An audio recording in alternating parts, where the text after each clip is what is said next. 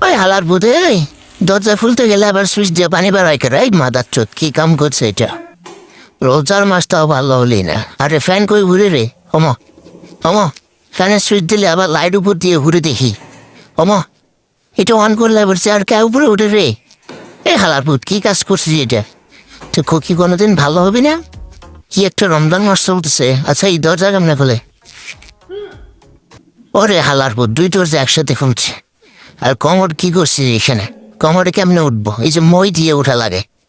আরে হালার বুধ কোমরে আবার মই দিয়ে উঠবো এটা কি করছিস তুই ভালো কর